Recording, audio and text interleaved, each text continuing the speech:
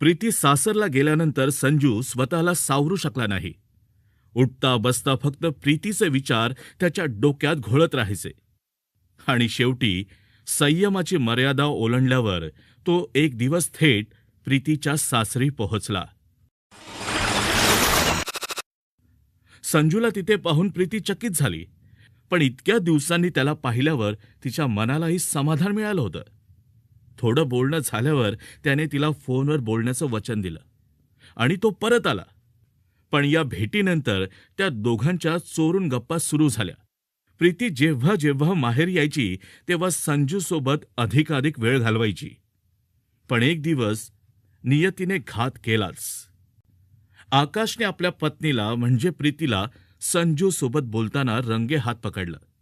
संतापलेल्या आकाशने प्रीतीला जबर मारहाण केली आणि तेव्हापासून तो तिच्यावर नजर ठेवू लागला. 15 नोव्हेंबर 2020. आकाश प्रीतीला घेऊन तिच्या माहेरी म्हणजे रामपूर गावी भाऊबीजेच्या निमित्ताने आला होता.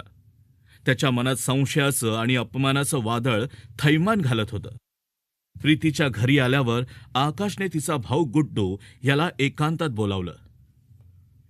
गुड्डू, ऐक माझं, तुझ्या बहिणीचं चरित्र ठीक नाहीये.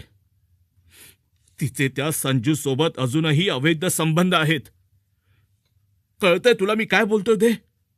आणि मी सगळं काही खरं बोलतोय, माझ्यावर विश्वास ठेव.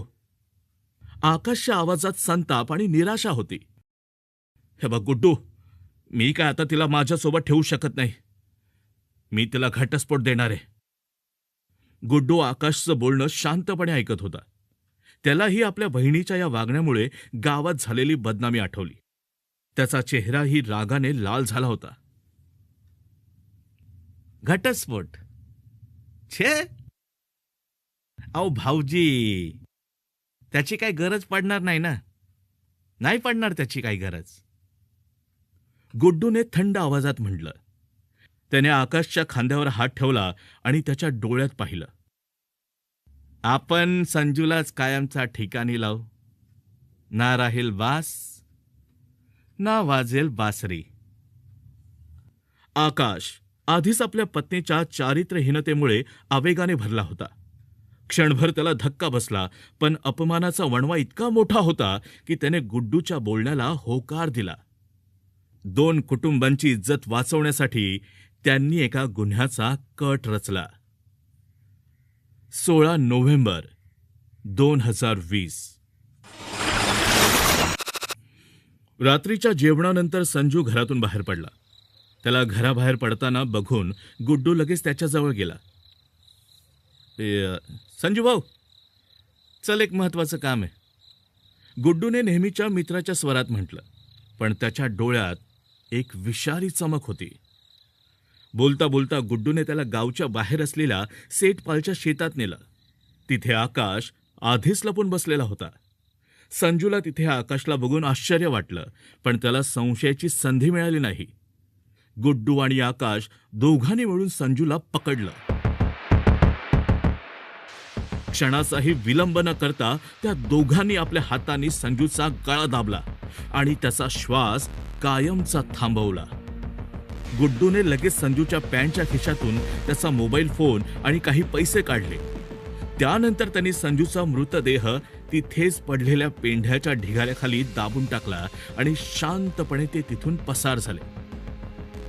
संजू परत न आल्यामुळे त्याच्या घरच्यांनी त्याला शोधायला सुरुवात केली, पण संजूचा काहीच पत्ता लागला नाही. गुड्डू आणि आकाशने संजूची हत्या केली आणि पुरावा पेंढ्याच्या ढिगाऱ्याखाली लपवला. दुसऱ्या दिवशी सकाळी जेव्हा संजूचा मृतदेह मिळेल तेव्हा पोलिसांचा पहिला संशय कोणावर जाईल?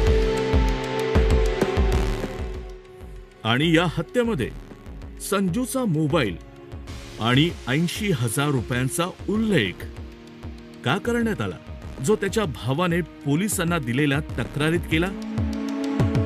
खून प्रेमामुळे झाला की पैशांमुळे? हे जाणून घेण्यासाठी ऐकत रहा या क्राईम स्टोरीचा पुढचा आणि शेवटचा भाग फक्त कथाकार कमलाकर या यूट्यूब चॅनेलवर.